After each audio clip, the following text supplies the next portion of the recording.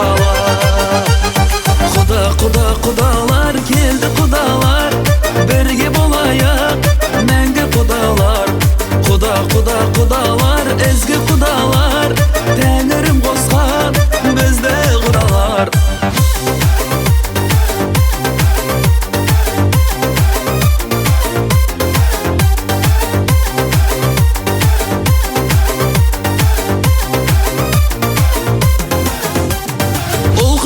Şarkırab edi, toy dumanım halkıma körek. Asıldardın arnasımız, tektilerдің жалғасымız, әрқашанда салтына берік. Asıldardың arnasımız, tektilerдің жалғасымыз, әрқашанда салтына берік. Kudalar keldi kudalar, birge bolayık мәңгі kudalar.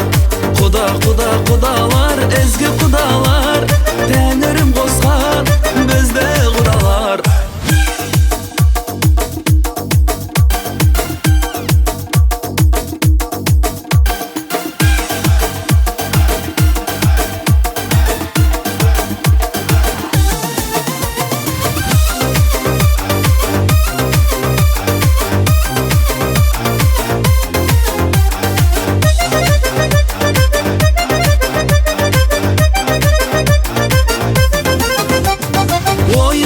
Bolmaydı böyle, toyumuzda bolmaydı böyle. Töz qaqısap şapan жауып, bir toğırға қатар қонып, құдаласу қандай керемет. Töz qaqısap şapan жауып, bir toğırға қатар қонып, құдаласу қандай керемет.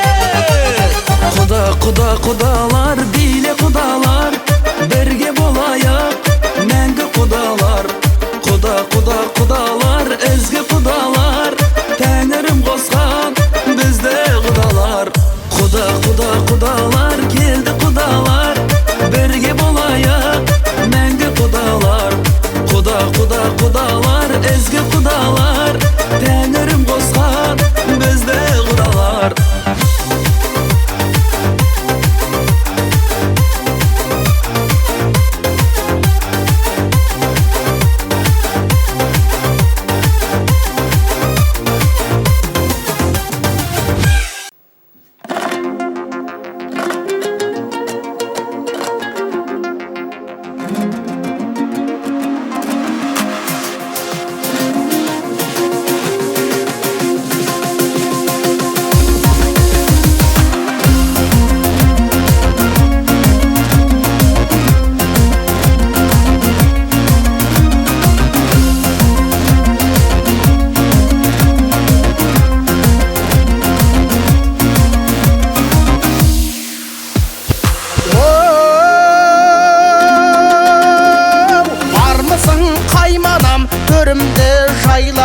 Bayрақ қып биікке бақытын байлаған, салтымды ұлықтап салайын сайрабан.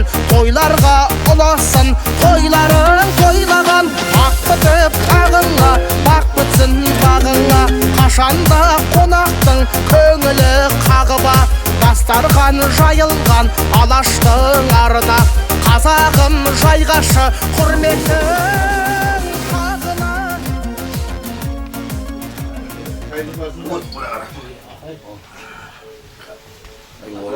Bizi görmeydi. Koyup geldim. Şöyle bir şey mi? Yok, o da oturur. Şöyle şey, ayıttır bir şey çek. Yok, bitir. Ha? Ya ben Allah. Şey götürülmeyedir ya.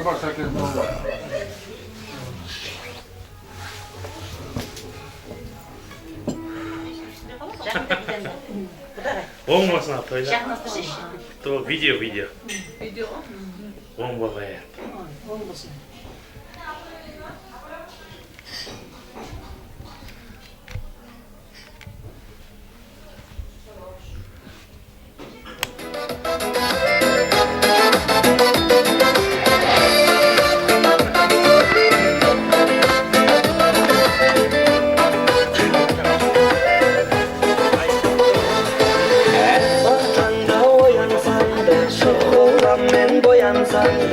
Ko'nglimni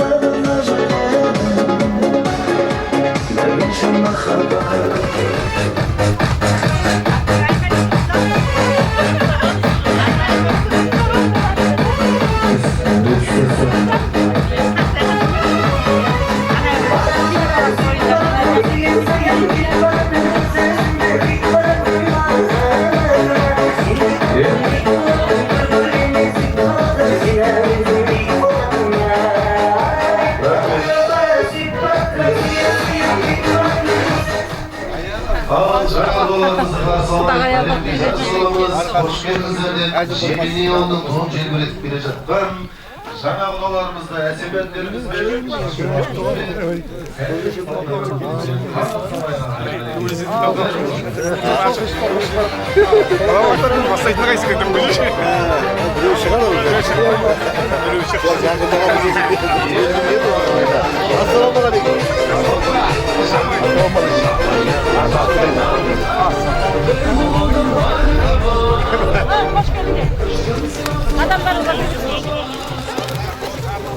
Hoş geldin. Hoş geldin.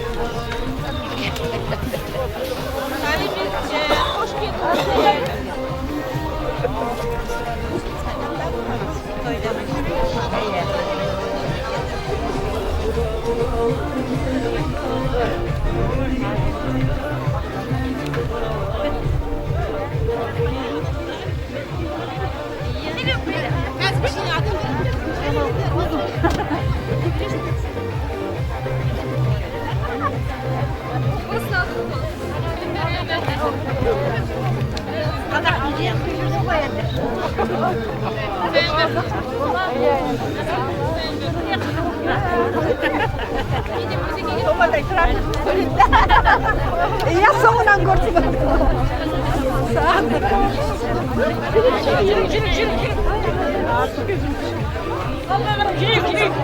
Салт дәстүрдің қаймағы, аттан құласақ та салттан құламаймыз, сондықтан да ақпен қарсы алатын жайымыз бар, ағымыз бар, нанымыз бар. Құдалар келіңіздер, дәм татыңыздар. Бүгін әулетте үлкен мереке, қасиетті Қосай атамның ұрпақтары Айдаралы ауылында үлкен қуаныш, тойдың төресі құдалық деп бастап жатқан құдалық тойымыз мәңгілік болсын деген тамаша тілек бар. Қош келдіңіздер құдаларым, құдағайлар, қанекей. Аққа бірыңғай жақындайық, нанымыздан, ағымыздан дәм татыңыздар, келіңіздер. Келіңіздер, бүгінгі әулеттің қуанышын көріңіздер. Аққа жақындайық, қанекей.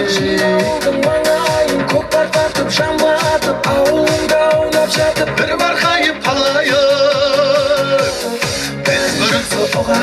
Tez birinden kudamız Elgerden birgemiz, aşıramay yergemiz Oynayık da küleyip, kuda bulup çüreyip Ayho Kuda bulup çüreyip Ayho Kelizler, aktan dem tatınızlar Kuda bulup çüreyip Şırav şırav kıskanı şöyle sızdanay Maragay ujina toy jasayık o zaman Kuda bulup kaytayık jina udun mangayık Al жақындайық, бірыңғай дәм татайық. Ойсалар талай нәрсе бойымызға сөйлеміз шақтақ қана ойымызға жиылып біздер келді. Қосай ауылы айтқалы құтты болсын тойыңызға деп ағзарма ақ тілекпен келіп жатқан Жемени ауылы қадамдарыңызға Алланың нұры жаусын. Енді ақтың батасын сұрағымыз келіп тұр. Көтерейік білекті, Алламыз берсін тілекті. Ал үлкендер ақтың батасы. Әләхамин. Жолдасы. Ақтың батасын бер жөрі. Assalamualaikum құдағайлары. Міне себепші екі бала ғой, екі баланың арқасында міне құдайласқан құда болып жатырмыз. Аққа берекет берсін, адамға қанағат берсін. Әлхамдülillah берекетін берсін, құлқуанын қуатын берсін. Басының амандығын, денің саулығын берсін. Екі бала бақытты болсын, бақыттар баянды болсын. Ай, бәрекелді. Құдамыздың ақ батасы қабыл болсын, олай болса, Айдаралы ауылының үлкендері құдаларымызды бастап, той төріне жақсылап жайға қайынған екен. Ал төрлетіңіздер, құдағайлар, қош келдіңіздер қадамдарыңызға, Алланың нұры жаусын ағайын дейміз. Ешкімге қарамай, көзім түсті өзіңе, сенесің бе сөзімне.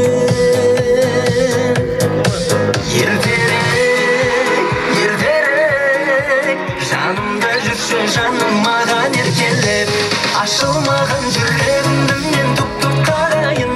Сен рұқсат берші құлпым бозып күлден алайын.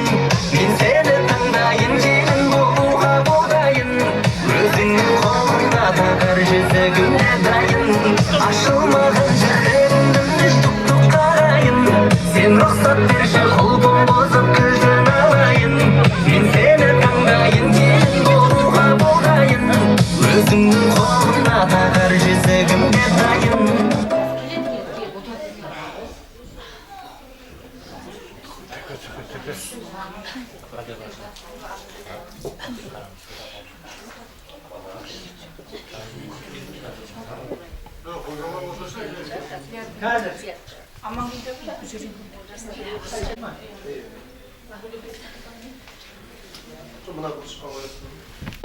Жақсылап бірыңғай сыйлы орындарымызға жайғасып алайық ағайын.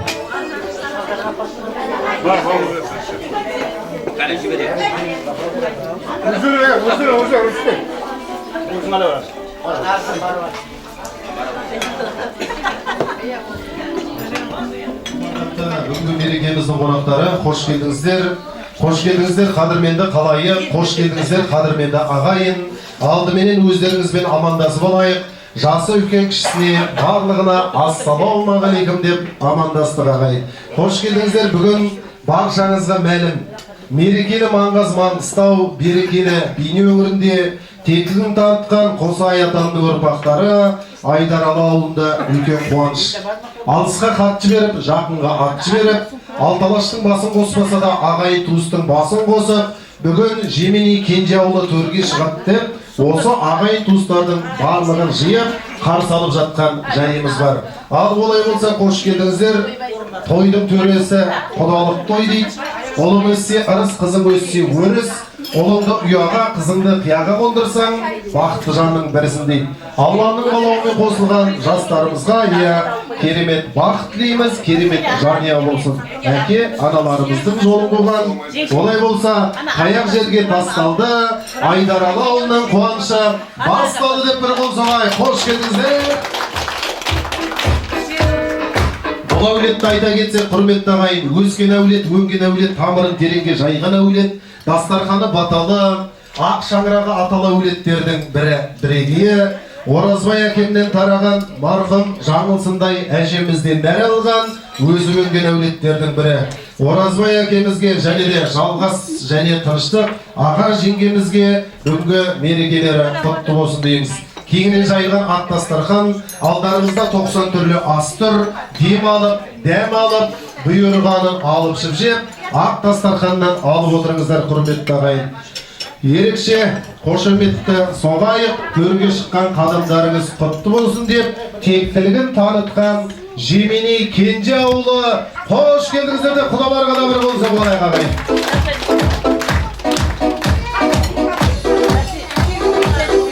Рахмет. Ал ендеше олай болса, бүгінгі мерейлі мерекемізді бастайтын бүгінгі тойдың иесі, қуаныштың иесі. Төрде отырған Оразбай атам бастап қалғандары қоштаған, осы ауылдың үлкендері, Айдаралы ауылының үлкендеріне тамаша тілек тілейік. Қош келдіңіздер деп, бүгінгі мерекемізді ашып берсін ағайын қанеке. Баталы елге бақ қонар, сақалының ағы бар, аталарым тағы бар, аталарым көп екен, маңдайының бағы бар. Ақбата тілек алыңдар, үлгейт тұрған шағы бар дейді. Ал Оразбай ата тамашалап бастап берсеңіз. Мына құдалығымыз оң болсын, адамдарың құтты болсын, қой бола берсін. Алдар бақытты болсын, күніміз жастары жоқ болсын, көрген шақасын құн болсын. Баршамыз болсын да жастың болсын, ниетті кезекті қой бола берсін. Аяққа жүрген ағайын. Қош келдіңіздер. Адамдардан көзбесін.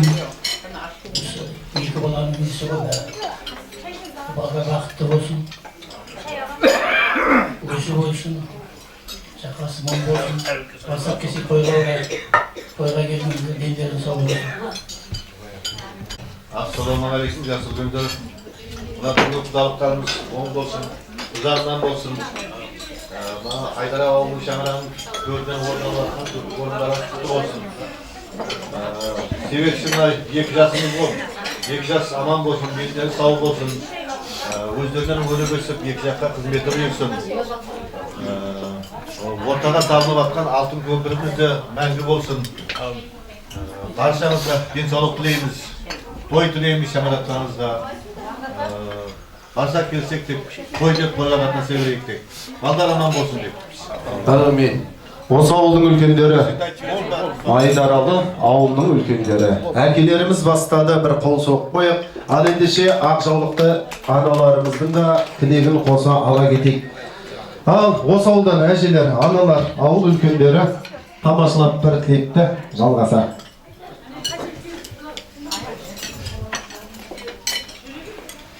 Құрметті ұлалар, қош келдіңдер деймін. Біздің құтты шаңырағымызда. Мына 2 жас бақытты болсын.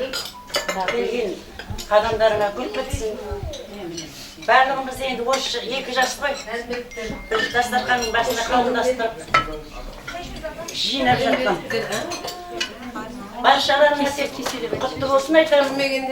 Жеменей ауылында да, өзінің ауылында да. Тек 2 жас бақытты болсын, бақыттың ішінде бәрі бар дейді ғой. Осы 2 жастың бақытты өмір сүргенін, осылардың жайнап жүргенін көріп, біздерге Алла тағала нәсіп етсін. Бақытты болсын 2 жас.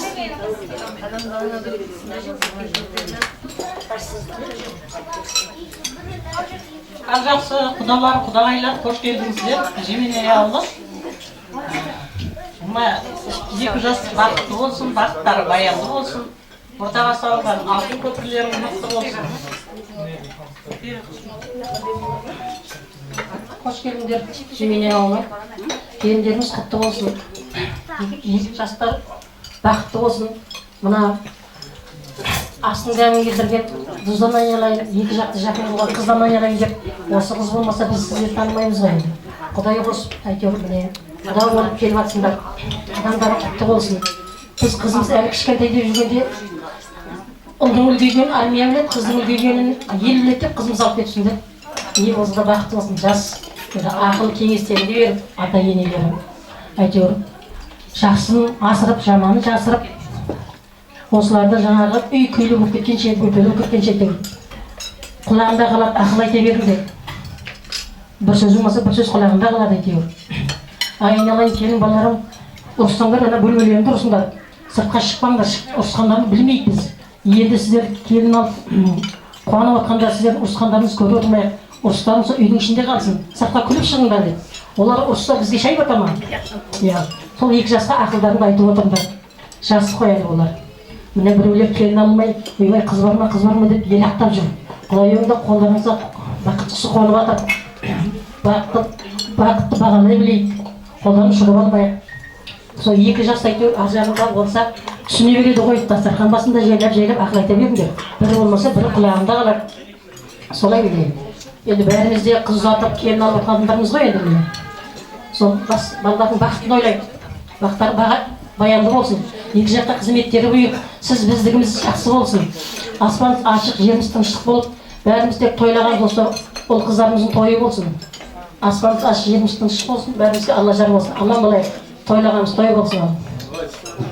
Сенемін бір Алламен Құраныма, ішемін дәмді кәусар бұлағымнан, ауылымыздың үлкендерінің ақжарма ақ тілегі ілінсін періштенің құлағына. Қалтаңда болса бар жақсы, қораңда болса мал жақсы, шайыңды баптап құятын қасыңда болса жар жақсы. Немерені бағатын, шөберені бағатын, пенсияны алатын үлкендеріміз жақсы деп бір қол соқ қойсақ артық болмайды ағайын. Ауыл үлкендеріне 2-ші көрген таныс, 3-ші көрген ағайын туыс дейді ғой.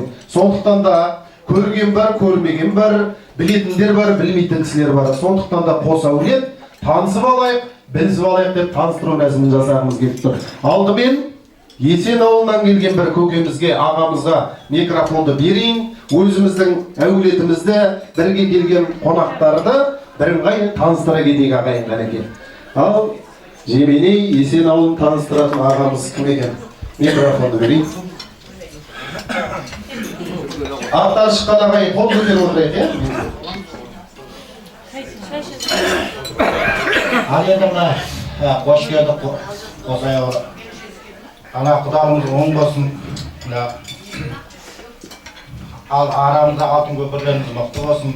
Ақтасы қандай алдыңызды келіп жатсыңдар, көп рахмет. Ақ тілектерімді айтып жатсыңдар. Сау болың бәріңіздер. Құдалымыз 1000 жылдық, құдалық 1000 жылдық, 500 жылдық дейді ғой. Алтын көпірлеріміз мықты болсын. Балдар бақытты болсын. Осы 2 жасқа тілегіміз сол. Сен анттырып өттің.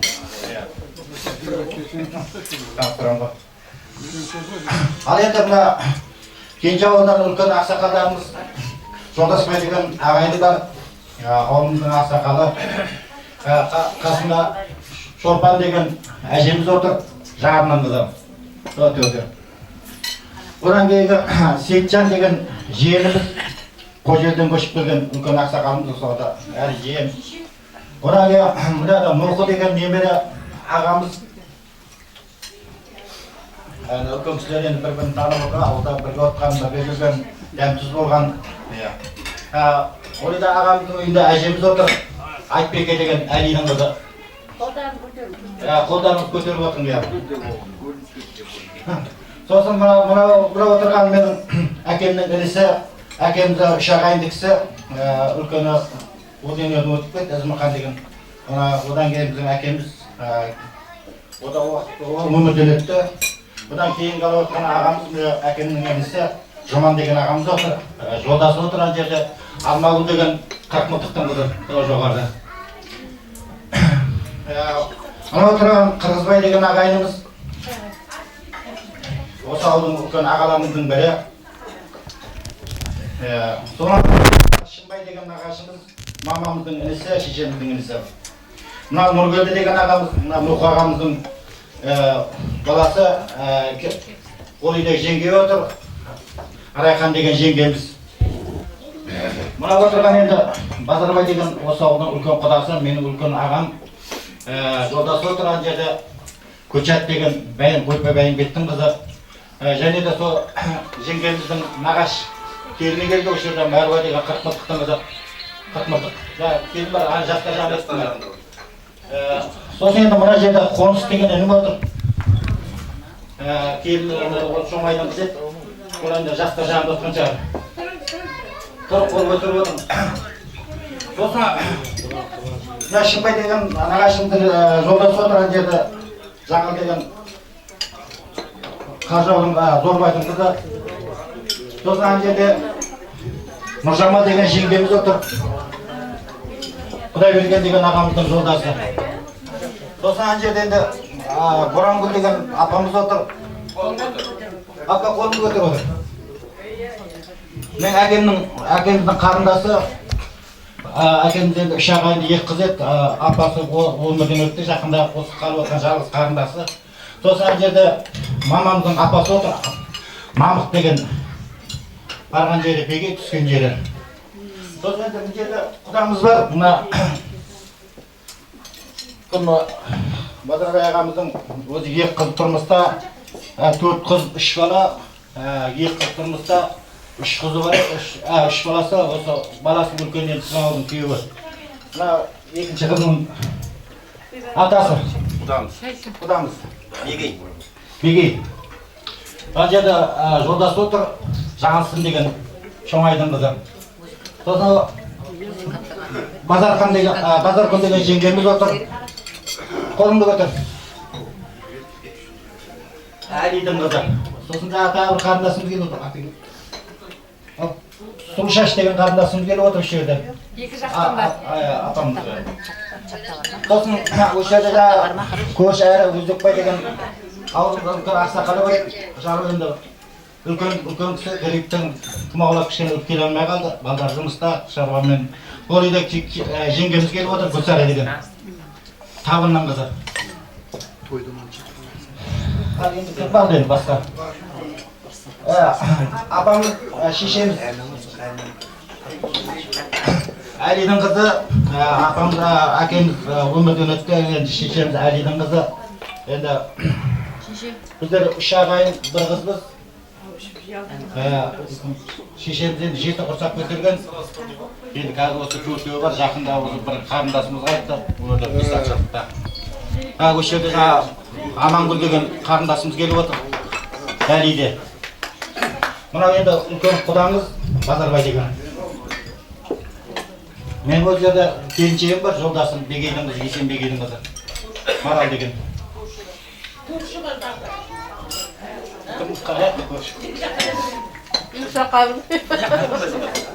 Болмайды енді. Жақсы, балдар бақытты болсын. Өні өссін осы. Білегім сол бәрімізге. Рахмет. Қол соқпай, қанекей, Құдекеңе тамашалап таныстырды. Есен ауылымен таныстық. Біз ендеше құрметті құдалар, құдағайлар, Айдаралы ауылымен танысып отырыңыздар. Әулетімізді Кесікбай аға, сіз бе таныстыратын? Кім таныстырады? Ауылыңызды таныстырып жіберейік сәнеге. Вот, жоғарыда отырыпты. Одаға жеңгеміз иманды болсын. Бұл енді ол үйінен толып кетті. Мынау игілік деген ағайын. Айдаралы осы. Оның жолдасы бар жерде. Алмағұл деген. Өзім таныстыра, менің атым Кесікбай. Менің жолдасым себептерменен келе алмай қалды. Құдай берген деген ағайынымыз бар еді. Ол енді жұмысшыларымен жұмыста шығар. Оның жолдасы келді мына жерде жаңағы соңғы тілек айтқан Толик деген ағайынымыз. Оның жолдасы да бар шығар үшеде. Жастар жағында шығар енді ол. Бар ма? Келін, қол көтеріп қоя берін. Өздеріңіз кейін таныстыра бересіңдер. Одан Ыбырай деген ініміз. Ағайын жігіт, бұның да жолдасы өшелерде бар шығар, бар екен ерден. Енді мынау осы үйдің құдасы. Қожабай деген құдамыз. Мына құдабайларымыздың әкесі, оның жолдасында мен таныстырамаймын жалпы айтқанда. Атын да білмеймін. Өзі қол көтерер. Өзінің атын таныстыра беріңіз. Мынау өздеріңіздің құдамыз. Осы үйдің ең кішкентай баласы. Бұл ағамыздың 3 баласы бар. Үлкені Сәкен деген, ол енді сыртта үйген шығар. Кішкентайда бір денсаулығына байланысты осы бөлмеде. Мынау ең кішкентайы Жалдас деген ініміз. Анау құдағайларымыз, осы келініміз Тома деген. Және кімдер қалды? Енді қалған жайын танымаймын. Мен жақта таныстырып жіберіңіз. Бұларымыз таныстырып жіберіңіз. Салика қайда? Салика жас таныстырып еді. Қыздар жағын. Толикті айттым бол, Толик қолын көтеріп отыр ғой мен айтып. Бәрекелді. Қол соқпай, құрметті ағайындар. Кенже ауылдар, қадам құтты болсын. Ал ендеше Айдаралы ауылымен таныстық. Қалғандары енді таныстыра ма екен, тілектің кезінде танысар ма екен? Тілектің кезінде таныса жатыр, құрметті ағайын. Екі ауылда бөліп жарып отырмай тамаша тілекті алайық. Бүгін тамаша әсем әндер бар, тамаша сый-сияпаттарымыз да бар. Олай болса, жаңа ағана Айдаралы ауылының үлкендерінің тілегін алдық. Біз ендеше Жемени ауылынан келген құда-құдағайлардың үлкендерінің тамаша тілегімен бүгінгі мерекемізді жалғастырайық ағайын. Осыдан кейін тамаша әсем әндеріміз, сый-сияпаттарымыз табыстайтын боламыз.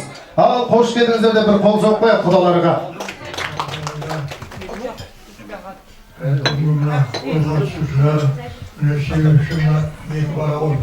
баланың арқасында бас қосып танымайтын таныстыратын, араластыратын осы балдардың арқасында танысып жатырмыз, білісіп жатырмыз. Өткен деген ол білеміз шырағыманда ұлың өссе ұрысын, қызың өссе өрсін дегендей осы балдар ерекшелігін осы балдар қосып. Балдар бақытты болсын, бақыттары баянды болсын, өссін, өнсін, өрлішімді болсын. Бүгінгі мына тойларың құтты болсын, оң болсын, тойларың тойға себерсін, кейін жалға себерсін дейді.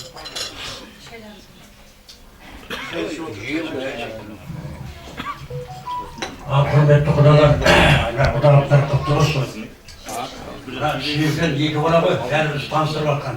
Екі бала бақытты болсын, өмір жасар ұзақ болсын, ендері сау болып, осы екі жаққа да осылардың қызметтері берсін. Ал енді той өзінің жалғасын таба берсін, құдаларыңыз құтты болсын. Еліміз аман, жұртымыз тыныш болсын. Әумин, бәреке, тамаша тілек. Ал жақсы, құрметім бүгін екі ауылға да мына құдақ мерекелер оң болсын, құтты болсын.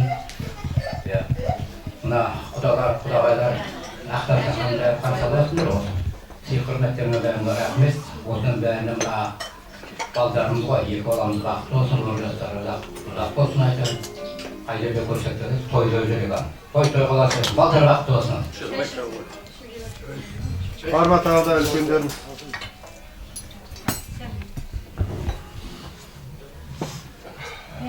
Құдалар, құдалық, құтты болсын. iki жас бақытты болсын. Өмір жастары ұзақ болсын. Екі жаққа қызметі бұйырсын. Көзі болады. Ой, бәрекелді. Алағайын қол соқпайық, құдалардың үлкені, Шемене ауылының үлкендері, әкелердің тілегін алдық. Ендеше құдағайы болып келіп отырған мынау Жемене ауылдан үлкен аналарымызға тізгінді берейік. Алағайын, алақанды аямай қол соғайық. Апа микрофондар қарай өтір жіберейік. Құдағайлардың үлкендері тілектерін жалғастырсын қарекен. Кенже ауылының үлкендері. Құрметті мына Айдар аға ауылы құдамыз, құда болып келіп отырған Жемене ауылы екі ауылдың құдалығы бүгінгі құтты болсын. Тойларың той қыласып, балдар бақытты болсын себепші болып атқан. Мына бір көрген танысы, көрген біліс дейді ғой. Мына танысып атырмыз, таныстығымыз мәңгілік болсын. Мына құда деп күтіп алып атырсыңдар, Алла сыйласын. Біз қыз алсақ та, сіздер қыз беріп шіреніп атқаныңыз жоқ, жүгіріп шығып қарсы алып атырсыңдар. Алла берсін күйеулеріңізге. Балдарымыз бақытты болсын, екі жас ортамызда ойнап күліп, мына ортамызға салған алтын көпіріміз мықты болып, тек өздерінен өніп өсіп көбейе берсін. Сол барлық жақсы күндерінің куәсі болып, осы қара көздер жиналып, барлық қуаныштарды бірге бөліскенде Алла тағала денсаулық берсін. Мына келіп отырған құдалардың қадамдары құтты болсын. Базарбай, Гүлшат, мына төрден алған орындарымыз құтты болсын. Балам жақсы болса төрден түспейсің. Мына екі жас жақсы болып, ауыз біршілікті болып, осындай үлгілі бір семья болып атса, төр сендердік болады. Балдарыңыз сөз кетіріп күнде не қылып жүрсе, онда білмедім, төрден айырылып қаласыңдар, сол үшін баланы жақсылап тәрбиелеп, мына екі жақ болып, мына құдалар да, құдағайлар да, осы балдардың үй болып кетуіне атсалысқандарыңыз мақұл деп ойлаймын. Біздің ауылымызда бірақ жаман келін жоқ, келініміз жақсы болар әуелі. Келін жақсы болса, бала ешқайда қашып кетпейді ғой. Аман болайық, сау болайық, осы балдардың тек жақсы күндерін бөлісетіндей денсаулық болып, тек тойдан тойға келіп жүре берейік. Құрметті құдағайлар, қаншалар, мына біздерді тұздан дес қылып, дидарлас қылып атқан мына екі бала ғой. Екі бала бақытты болсын, баянды болсын, еліне ереулі, қалпына қалаулы, сүйікті де сүйкімді жақсы келін болсын. Мына дастархандарың тойға жайылсын, сый құрметтеріңізге көп рахмет. Алла есесін жеткізсін. Тек балдар бақытты болсын. Күлшат, енді алған қатына қалай айтайын, алған орындарың құтты болсын. Аман болың, сау болың, ел парақатшылық болсын тек. Жасаған осы балдардың жамандығын көрсетпеген, қызығын көретін өмір берсін Алла. Соғайын деп жатқан қошеметтеріңізге рахмет. Ал жалғай құдағайлардың үлкендері. Ал жақсы, құрметті құдалар, құдағайлар, келіндер, құдағалдар, құдашы бәріңе де оң болсын, құдалықтар. Біздің қадамдарымыз құтты болсын. Мына жезде дейтедім көрген жерде. Апамыз көрмей кеткен қызығын көре бер, денсаулық көрсін жезде. Мына екі бала ғой, дәмді қылып атқан. Екі балдар бақытты болсын, баянды болсын, денлері сау болсын, ата-анасына қызықтатқандай осы өмір беріп, баршаға да осындай жақсылық тілеймін. Осындай қуаныш дастарханда, жезденің дастарханы қуанышқа жайда берсін, жақсы күндер бер. Тілекшімін, не дейін, бәріңе де тілейтінім сол, балағысығын көріңдер, дендерің сау болсын. Келіп атсыңдар қызымызға, қуанышымызға, келдіген отта. Бәріңе де сау болсынар. Ой, бәрекелді.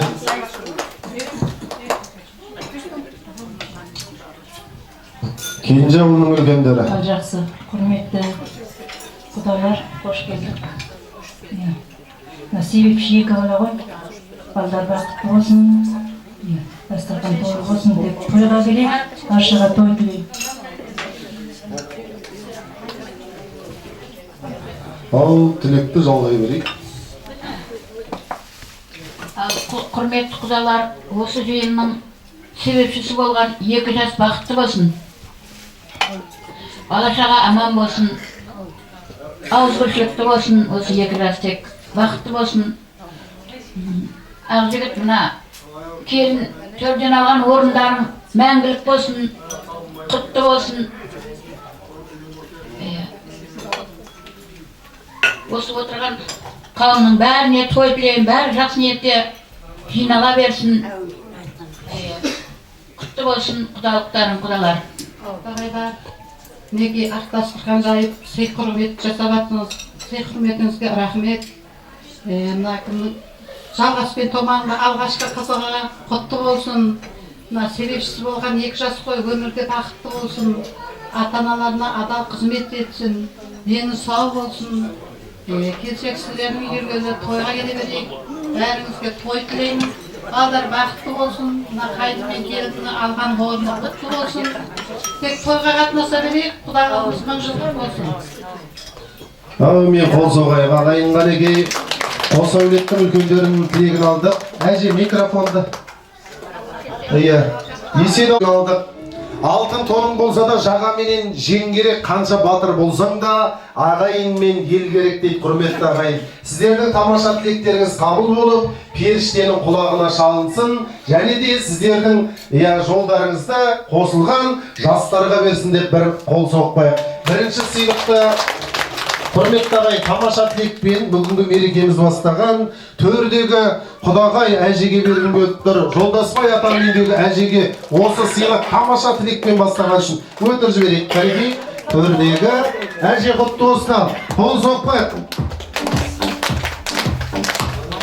Әсем әнмен мерекемізді жалғаймыз. Білетіндер қосылып отырайық. Ал бүгінгі мереке құтты болсын ағайын. Әке аналарымыздың құрметіне тамаша әсем ән қабыл алыңыздар.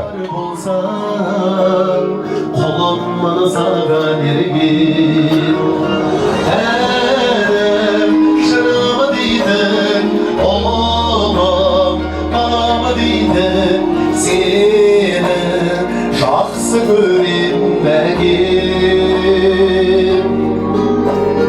Айым күнімі дейтін жаным ұлымы дейтін сені жақсы көрем мына.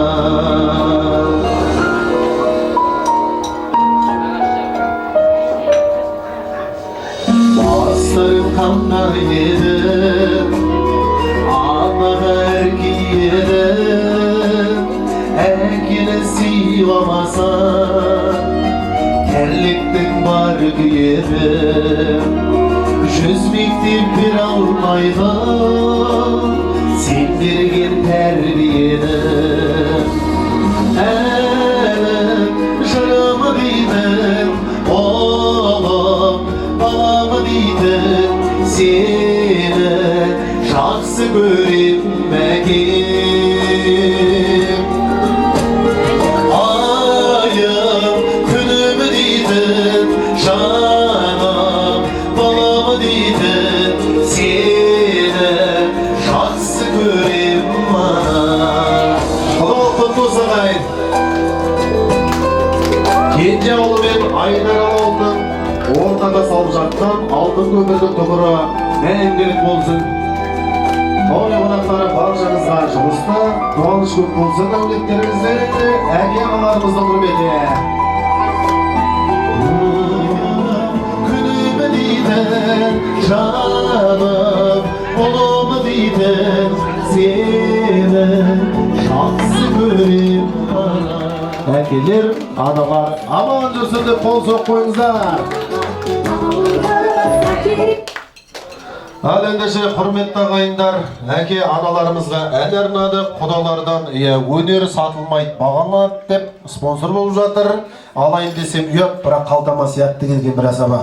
Ал ендеше бүгінгі құрма құтты болсын, тағы да қуаныш баршамызға ортақ қой, бөтен ешкім жоқ. Құдалық деген не? Құдалық деген бұл ақ шаңырақты көрсету. Бүгін ақ шаңырағымызға қош келіп жатсыңдар.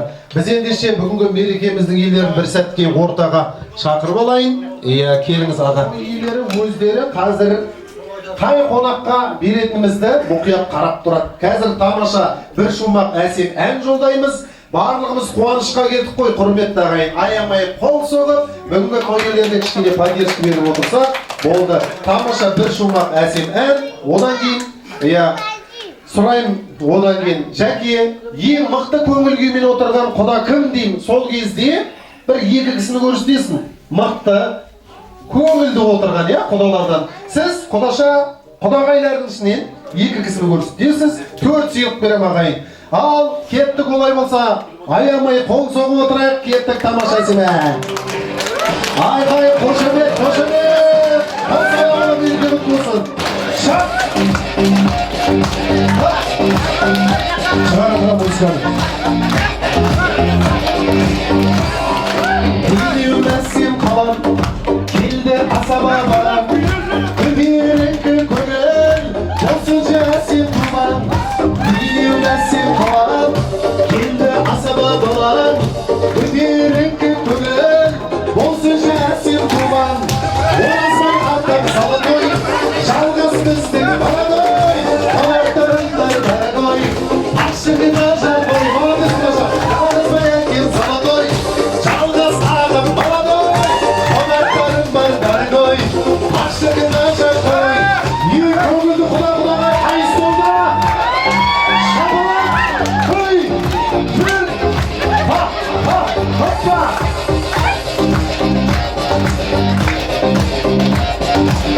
Сыйлықтарды дайындаймыз, келдір сыйлықтарды, ауылдырында тұрмаймыз.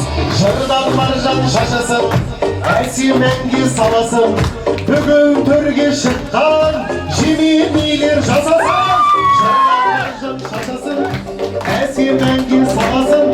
Бүгін керемет той жасаған, Айдаралы ауылы жасасын. Рахмет, бес музыка шапалақтарына. Жәке, жаңа келістік, ең мықты позитивный көңіл күймен отырған екі құданы көрсет, мына кісі деп. Екі сыйлық. Құданың бірісі, мына жерде. Таныстырған ба? Тоже екіншісі? Атаның бер жағында отырған. Молодец, екі сыйлық. Ал құтты осы құдалар. Мына таныстырған құдаға. Мынау жакетпен отырған құдаға. Қол соғайық. Тыныштық апа, сіздің ойыңызша, мына қонақтардың ішінде, азаматшалардың ішінде құдағи, құдашалардың ішінен бір екі кісі ең көңілді отырған қонақ. Нағдаша.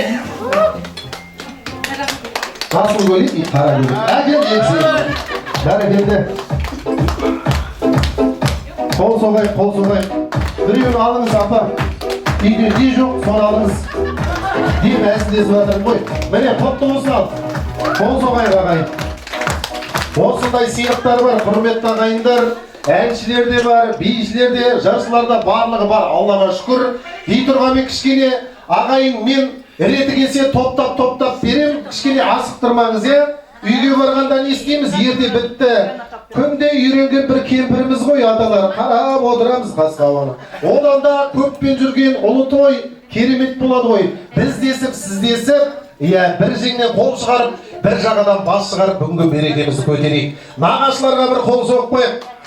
Үш жұрттың ұлысы ұлығы, нар тұлғалы нағашыларға тізгінді берейін. Бірінші, кенже ауылдың нағашы бажабалдыздары бастасын, одан кейін осы ауылдың нағашылары қоштасын. Ал, нар тұлғалы нағашылар тілекті жалғайды. Аналарының бірге туғандар ұрысын. Нағашы, ой, бәрекелді. Қане, нағашылар. Құдалықтары оң болсын. Заман қуантай берсін. Екі бала бақытты бола берсін. Күндердің айтқан тілектерін бір қабылын, қадағыларын жағдай берсін. Той тоғыласын, қуаныш көп болсын. Жастар бақытты бола берсін. Ореке, ойын тоғыласын. Ойыны пенді әкенің тарысы. Ұяға, қызық қияға дегенде немереңді, немере балана кейін алдым. Emre bundan konuşka çağırmasın, oğun olsun, zaman olsun. Осы екі баламыздың өмір жасы ұзақ басы аман бауыры бүтінмей деген батаның аты болсын деп ешқандай жамандық көрмесін. Енді бұның аты екі аты бар, біреу Оразбай, біреу Бураке дейміз. Осы Буракеменен бала кезімізден бірге ойлап, бірге жүріп, жұмыстас болып жүрдік. Бұның қызығы көп айта берсе. O da şoför, ben de şoför. Benim meşinem Kareja Karkoy. Yıkız olsun meşinem kirafe. Kersal degen yer var, bu yerde köşe yok, yere gerek yok. Burada biraz parası etmez. Parası ise bir yeksiye artık büyük. O evde oymay, birincisi jüverşmen, sonra kaykastı, burundan kaykastı. Şey mi? Yok, adamda mı? Onu kimleytir? Oraya İskender Cemaat Köyü'ne badanımız bakıtlı olsun, oynayacağız uzak olsun, iyi degen badanın adı olsun, niyet edese dileklerin beri kabul olsun, tek kesek koyup gelebiliriz. Қозаяулы, құдалықтарың оң болсын, балдар бақытты болсын, екі жас бақытты болып, аңсаған армандарына жетіп, өмірде шүбір болсын. Мына ақ дастархан жайып, құрметте күтіп атсын, рахмет. Мына балдарымыз айтып, өмірлі шүбірлі болып, соның келесі жылы жатақханасында ауыз біршікте отыра берейік, келсек той деп берейік. Екі ауыл, Қозаяулы менен Жеменей ауылы. Мына бастарың бірігіп беріп жатқан мына құда тойларың оң болғай. Мына мен осы келіп отырған құданың нағашысы болам. Ой, біздің жен андай ғой, біздің жен мұндай ой деп, мына келіншек алып жатқан баланың әкесінің нағашысын мен, қар нағашы боламыз біздер. Сөйтіп қолымызда өскен балдар еді. Ал енді жаңа бір аталы жақсы сөздер айтып жатыр ғой. Мына келіп жатқан қадамдарымыз оң болғай. Осы балдар бір жерге барса, қай жерге барды екен? Қыз алса, қандай жерден алды екен деген әңгіме болады ғой енді халық арасында. Балдарымыз жаман жерге барып жатқан жоқ, жақсы жер. Арғы түпкі дерегінде танитын бірге болған жолдас болдық деп жатыр ғой, үлкен кісілер. Сол балдарымыз бақытты болғай. Үйретер, үйінде әжесі бар міне менің сіңдім. Тағы да енесі бар, сол сияқты жан-жақта. Бұл Жеменей ауыл бір жақсы ауыл. Тек аманшылық тілеймін. Осы манадан бері жақсы той басталғанда күшті жақсы тілектер айтылып жатыр ғой, сол періштенің құлағына шалынсын. Балдар бақытты болсын. Барған жеріне тастай батып судай сынсын деген өзіміздің халық мақалы ғой. Тастай батып судай сыну келген жеріне де байланысты, алған жерге де байланысты ғой. Сондықтан ақыл айтып жатсақ ештеңем жоқ, бұл аталы сөздерді айтып жатырмын. Тек қана бақытты болсын, баянды болсын, балдар бақытты болсын.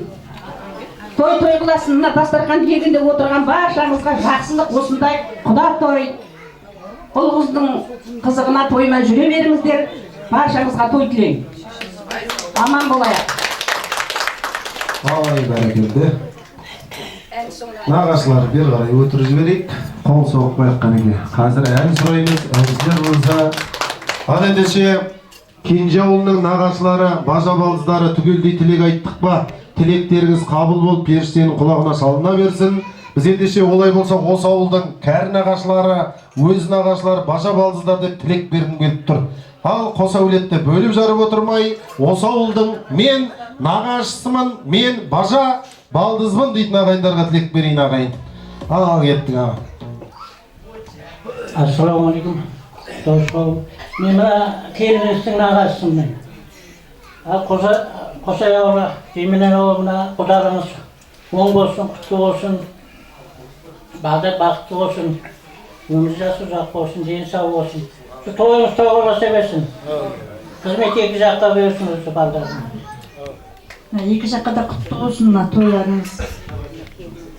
Балдар бақытты болсын, өмір жастар ұзақ болсын, дендері сау болсын, екі жаққа қызметі берсін. Балдар бақытты болсын, тілектер қабыл болсын, айтқан тілектеріңіз. Тойға келейік, тойға барайық, дастархан тойға жайылсын әрқашан. Екі жаққа да жақсы күндер тілеймін. Бақытты болсын балдар. Екі жасы бақытты болсын, дендері сау болсын, ақ дастарханымыз тек қана тойларға жайылсын. Бала себепші басымызды қосып жатқан. Енді менде екі жаққа да жақындығым бар, көркіндерім, нағашы жеңгесі боламын Томаның. Құдалығымыз оңшылық болсын, құтты болсын, оң болсын бәрімізге. Екі жас бақытты болсын, осындай ақ дастарханда бәріміз бас қосып отыра берейік. Келсек тойға келейік, денсаулықтарымыз мықты болсын, табыстарымыз мол болсын, деніміз сау болсын, үлкен әжелерім, аталарым бәрі аман болсын, дендері сау болсын, алдымызда аман жүрсін, денсаулық болсын, екі жас бақытты болсын, келесі жыл шілдехана тойында отырайық. Сол үшін алып қойын деймін, құтты болсын, 10 жылдық болсын құдалығымыз. Күйеуіміз 100 жылдық деген ені ініміз болады ғой Нұрлан. Екі жаққа да жақындығым бар. Мен нағашы жеңгесі, енді төркінім өзімнің. Ал құтты болсын, оң болсын. Тойшы қауым, тауықтарым, құтты болсын, келіп жатқан. Саулық, алтын көпірген, құтты болсын. Кішкене бала, Тома, Жезде, мерекелеріңіз құтты болсын. Дастарханымыз әмеше осындай жақсы күндерге жайылсын. Екі жағында Құдай бесік тойларына отыра береді. Жан-жарыңды сыйлай біл, бақытшы балаңның нағашыңды сыйлай біл, ақ сүті үшін ананың дейді. Нағашылар тілектеріңіз қалың болсын деп, нағашыларға да бір ерекше бір қол соқпайық шағайын. Алақанға соқсаң шапалақ болады, шапалақ соққан қол жомарт болады. Алақанға соға берсек, алақан не істейді ағайын? Алақан қышиып, қышқан қолға не түседі? Ақша емес, пенсия, зарплата сөйлеген. Аяқтарын көп болсын деп бір қол соқпайық. Берекелі бейнеміздің тамаша әншісі, осы үйдің Оразбай атамның немересі, тілегініміздің досы Серік дейтін азамат жігіт шақырайық. Өнерпаз, тамаша әсем ән, нағашылардың құрметіне көңілді әсем ән орындасын Ғалеке.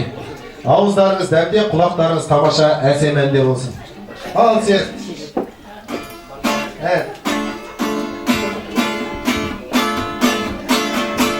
Айналайын қарағым, қалжақсым ай-ай, саға берме көзіңді, әжасығай-ай. Саға берсең көзіңді, әжасығай-ай, бір жақсай көрінер алғашқырай-ай. Көміс құлмадай, отқа тұрғадай, айналайын көзіңден ашып жұмғадай. Бекзаттарым-ай, жексаттарым-ай, құда болып осы үйге кеп жатқаным-ай. Бекер деймін ендеше, бекер деймін ай, осындай да көңілді көтер деймін ай. Осындай да көңілді көтермесең ай, ойнағаның күлгенің бекер деймін ай. Күміс құлмадай, отқа тұрғанай, айналайын көзіңнен ашып жұмғанай. Бекзаттарым-ай, жексаттарым-ай, құда болып осы үйге кеп жатқаным-ай. Аналардың бірге туған бауырысың нағашы, жиендердің сүйенетін тауысың сен нағашы. Сендер барда жүректерге көктембейді нағашы, сендер келіп жиендердің қуанышын қарашы. Шын жүректен бақыт тілеп, ақ тілекті арнадың, жиендердің қуанышын жақсы биге жалғадың. Жиендердің қуанышын жақсы биге жалғадың. Жиендерді қолдаудан еш нағашылар қалмадың, таусылмайтын, сарқылмайтын мейіріміңді арнадың. Таусылмайтын, сарқылмайтын мейірімдісің нағашы. Тауды айналып, үш аспанды ойғалып, әлем бір сәттай, құтты болсын тойларың, сәтті болсын ойларың. Баршаңыздай бақытты, баршаңыздай шаттықты біз тілейміз ай, біз тілейміз ай. Ал құда қонақтарымыз. Тамаша тілек бір, ниет бір, жүрек бір деп бүгінгі мерекемізде Ақжарма ақ тілекті жалған нағашылардан тамаша тілегімен айтқан, тілек айтқан нағашы спонсор болып жатыр. Нағашы апалардан серік ала қой. Кісінің ақшасын көп ұстап тұрғым келмейді мен деп қой. Бәрекелді. Қол соқпайық, міне. Тілек дейтін немересінің досы бүгін Айдаралы ауылына арнайы атсалысып келген той қонақтары десек те болады. Біз ендеше тағы да бір-екі сыйлық беріп жіберейін. Бүгінгі мерекемізге Айдаралы ауылы қуанышына басқа қала, өзге облыс немесе шекара асып келген, алыстан келген қонақтарды бір марапатта жіберейін. Кім келді алыстан? Қол көтеріңіз, сыйлық беремін. Кім келді алыстан? Бар ма? Құрдастардан, достардан, алыстан келген қонақ деп марапаттарым кетіп тұр. Кім? Ақтөбе? Мә, Ақтөбеден келген қонақ бар екен, қол соғайық. Ақтөбеден келген Жәкеңнің құрдасы ма? Құрдасы, қош келдің аға. Мына сыйлық сіздікі, бірақ сізге бір сұрақ қоям. Тапсаңыз аласыз, табылмасаңыз қалады насип дейді. Қай айда 28 күн бар аға? Ақпанда дейді. Дұрыс емес, барлық айда 28 күн бар аға. Молодец. Ендігі сыйлық. Көп балалы аналар, апа жеңгелер қол көтерейік. Потолок қойған екі кісіге сыйлық бар. Кім көп балалы ана, әже қол көтере беріңіздер. Тағы да. Кім бар? Әже сізде Алланың берген нешеуін алып келдіңіз өмірге? 8 баланың анасы. Қол соғайық. Алтын құрсақты анамыз. Тағы да кім бар? Әже сізде? 7. Сізде? Тоже 7. Қол соқпай, құрметті ағайын. Мен неге бұл кісілерді марапаттап жатырмын? Осындай аналардың жолын жастарға берсін деп бір қол соқпай. Міне сыйлық берем. Міне жаңа қол көтерген әжеміз бар. Екеуі бар, 2 кісі. Нұржамал деген құдағайы бар сосын мен. Нәлмай сыйлық алып келесің ба? Сыйлық алған 2 әжемізге. Үшіншісі бар, Нұржамал дейтін құдағайы бар, құрметті ағайын. Бір қол соқпай, менің ұжымдасым. Қол соқпай, құрметті ағайын, Кенже ауылының келіні. Екеуін берейін. Жас болса да Аллаға шүкір, Құдай көпсін бесін. 7 баланың анасы. Қол соқпай ағайын. Міне, осындай аналардың жолын бесін жастарға. Міне, 2 сыйлық. Апа сізге ұялығын қарайды алмайды. Сізде көп баланы ба? Неше баланың анасы? 7 бала дейді, қол соғайық. Бәрекелді. Екеуін берейін бұл апамызға да. Аузын ашса жүрегі көріп тұрған апам екен. Ауыздағы 32 тістің 16-сы золотой.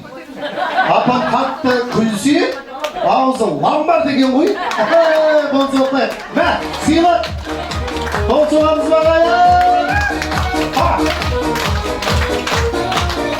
Рахмет. Аллаға шүкір деймін да, біздің Маңғыстау қандай керемет, мана да тілек айтайын деп жатыр, бір әжеміз айтады ғой, қайнымның аты кетіп қалады деп.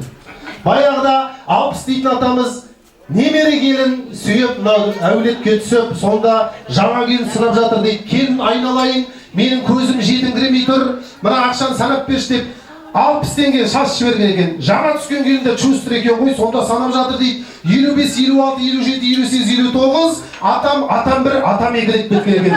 Осындай келіндер барлық ағайын әулеттеріңізде көбейе берсін деп тағы да бір қол соқпаңыздар. Миллион шапалақ бар ма? Ал ағайын көркеді қонаққа өзім атынан өзім беріп 2 сыйлық жібер. Музыка. Басына бәрекелді. Құрметті ағайындар, тамаша 2 сыйлық, одан кейін тілек жалғаймыз. Жібер музыка. Ауылдай, қош келдіңдер ағайын, Оразбайдай әкем тойындай, әсем әнген салдайын, Боросай ауылы той берді.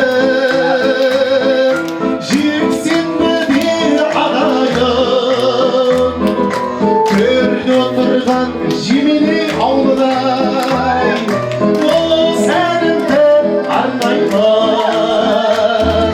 Миллион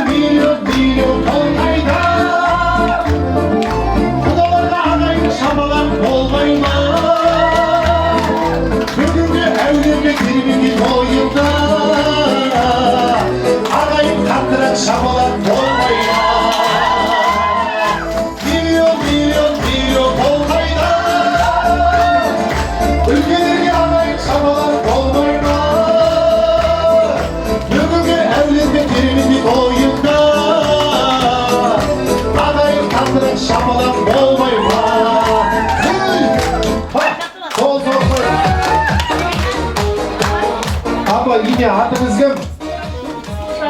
Сұлушаш апайымызға бір қол соқпайық. Сізге 3 табақ, бір-бірінен салсақ 1 табақ, үйге барып ыстық суға жарым сағат салсаңыз, дәу табақ болжат. Молодец! Молшабет бар ма? Мана сыйлық төрде отырған ақсақалды ата, сізге тақиямен отырған сақалдағы атамызға мына сыйлықты беріп жіберейік. Аға өтіп жіберейік, қол соғайық. Міне, қуанышты өтеріп, тамаша тілек тыңдап, қол соғатын жерде қол соғып, мерекемізді көтеріп отырған жандар. Мыңда бір рахмет. Ал ендеше тілек жалғауымыз керек. 3-ші тілек, Құдағай деген ауыл бар, Құда деген сөз, 4 ағарыптен құралған қыз бен ұлды дайындаған адамдар дейді. Аллах тағаламыз екісін қосқан ғой. Құда мен Құдағайды Құдай қосса, іргесі құтты көршіні Құдай қосады деген керемет сөз бар. 40-тың бірі Қыдыр, маңның бірі Уәли, ортамызда ақ тілегін ақтатын, маңжылдықта сыйласқан Құдалары мен Құдағи дейді. Ал ендеше Кенже ауылының мен құдасымын, мен Құдағай, мен Құдаша Құда баласымын дейтін, және мен көршісімін дейтін ағайындар бастасын. Одан кейін осы ауылдың Құдағай көршілері қоштасын деп бір қол соғайық бәрекелді. Қане Құдалары, Құдағайлар. Бәрекелді. Қонаға құс жетпен сізге рахмет, өмір бойы естен кетті дейді. Бүгінгі көп рахмет. Танымайтынды, таныстыратынды, көріспейтінді, көрістіретін, алыстық, жақын қатын қай уақытта қыз бала болса, бүгін міне танысып білісіп жатырмыз, ұзағына болсын дейді. Мына өзім мың жасаған жоқпын, ұрпағыммен мың жасадым депті. Ұрпағыммен мың жасайды. Сыйластықта иман бар деп жиған бар. Сыйластық төлі ешкім жеткен жоқ. Құдалар, бір-біріңді сыйлаңдар. Қонақтарға да сыйлық бар. Қол соғай Құдаға. Міне, тағы сыйлық. Құдағай көршілер жалғай берейік бәреке.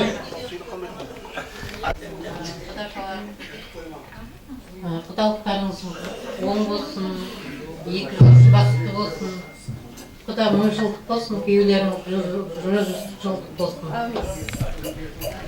Той қаласын, құдалық болсын тағы.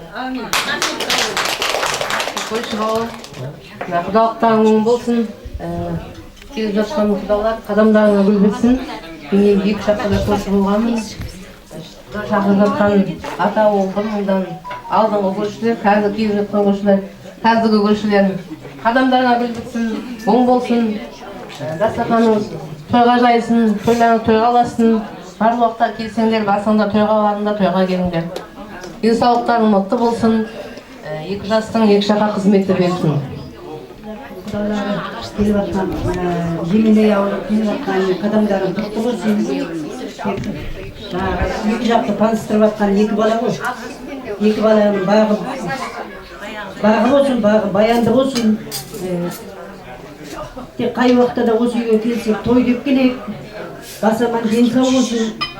Бүгінгі мына 23 февраль ер азаматтардың төл мерекесі ғой. Ер азаматтардың төл мерекесі құтты болсын. Тек азаматтарымыз сау болсын, аман болсын. Мен өзімді таныстырып кетсем, мен осы кісінің баласы, үлкен баласы Сәкеннің Құдағайымын. Жеменей ауылда бөтен емес. Жеменей ауылында мына Амангүл деген үлкен қыздары менің келінім болады. 2 жақта Құдай енді маған. Басымыз заман деніміз сау болайық, қай уақытта да тек осындай тойда кездесейік. Белгілі өшеге атаның үйіне біз көршілеріміз. Сол бұрындар көп адамдар андай баяғыда біз кішкентай кезде бір әңгіме бастағанда той не деп тұр деп айтатын едік қой. Сондай жасқа жеттік. Біз енді жаста болса томаменен жалғастың. Осы жерге келгелі көрші болып отырмыз. Нағыз шетінде тұрады, менің жанында тұрам. Екеуміз 2 жағында тұрмыз. Нағыз осы Тейбершін әже, ата, өзінің қызы қылып араласқан. Мені көрші алып, қош келдіңдер. Ауыл арасы жақын деп жатыр. Көріп жүрген бәрі таныстырып жатыр. Мына Құдағайымызға да қош келдік. Сәкеннің бірінші рет келуі, жақында араласып, осы тәтчаға жүріп жатыр. Томан нағашылары, Томан төркіндері құтты болсын бәрді. Сізге де тақпай өпай.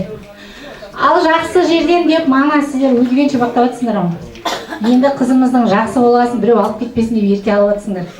Жаман жасырып жақсысын асырасыңдар. 31 жасқа күйеуге шықсам да ештеңені біліп шыққан жоқ екенбіз. Ол жасқа қарамайды екен. Ол сол ауылдың барғаннан кейін өзі менталитет дейді ғой, сондай сияқты әрқайсының өзінің сондай бағытына, бағдарына қарай бара береді. Қызымыздың ешқандай қылтың, сылтың, ештеңесін көрген жоқпыз. Кетерінде, естігенде енді оны өзіміз сезіндік, оны адамға айтып жеткізе алмаймыз. Қай күйде жеткенін, не қыламызды, неге болса маңдай болсын, бақытты болсын, тілегімізді тілеп жібердік. Жақсы ау, құдағайларымыз жас, құдаларымыз да жас, бірақ дегенменен осы көптеген кемпірдің қолында, шалдың қолында үлкен жұмыстарды атқарған адамдар, жас деген жоқ. Құдалықтарды да бір иығымен екеуі атқарды, қыз ұзатты. Түгел осы үйде осы үлкен шаралардың бәрі өтті осы екі кісінің арқасында.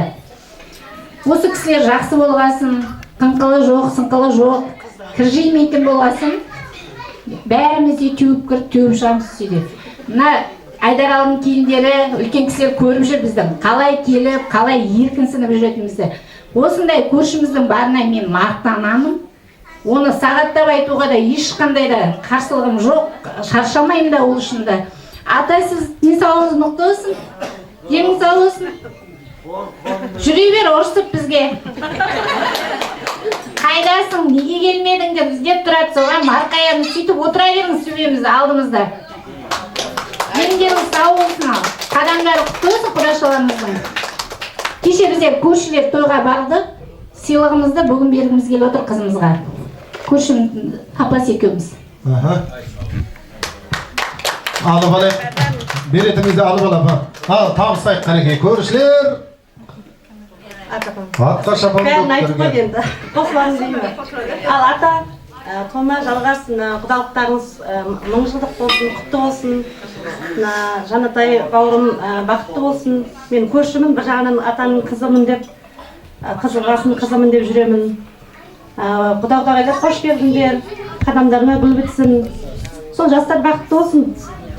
Көрші апам бәрін айтып қойды ғой енді. Соны қосқанына. Қосылған көршілерге де бір қол соқ қойыңыздар, құрметті ағайын. Құдағайлар, құда деген жаңа айттым ғой, керемет ауыл, қос әулеттің құдалары, құдағайлары, тілектері қабыл болсын. Баяғыда 70-ке келген әжеміздің 7 қызы болып, кенже қызын ұзатып жатыр дейді. Қыз кетіп бара жатыр, сыңсып, жылап. Әжеміз күліп тұр дейді ғой. Көршісі айтты, әже, сіз не жыламай тұрсыз, неге? Қызың жылап кетіп бара жатыр ғой десе, әжем айтады дейді күліп тұр. Шырағым айналайын, мен неге жылайым? Мен не деп жылайым? Мен қызымның мінезін білем, жыласа құдағай жыласын деген ғой. Құдағайлар жасасын деп бір қол соғайық. Тамаша әсем әуенге тізгінді береміз. Әулеттің бөлесі Амантай деген ағам бар. Амантай ағамның жолдасы отыр. Ырысты дейтін апамызға бір тізгінді бергім тұр. Берекелі бейнеміздің туын желбіретіп жүрген тамаша күміс көмейлі әнші қыздарыңызға тізгінді берейік. Осы ән сіздердің құрметтеріңізге. Ал ағайын, қол соғатын жерінде қол соғып, шапалақ соғатын жерінде шапалақты соғып, бүгінгі Айдаралы әулетінің тойын көтеріп отырайық. Ырысты қыздарыңызды қабыл алыңыздар.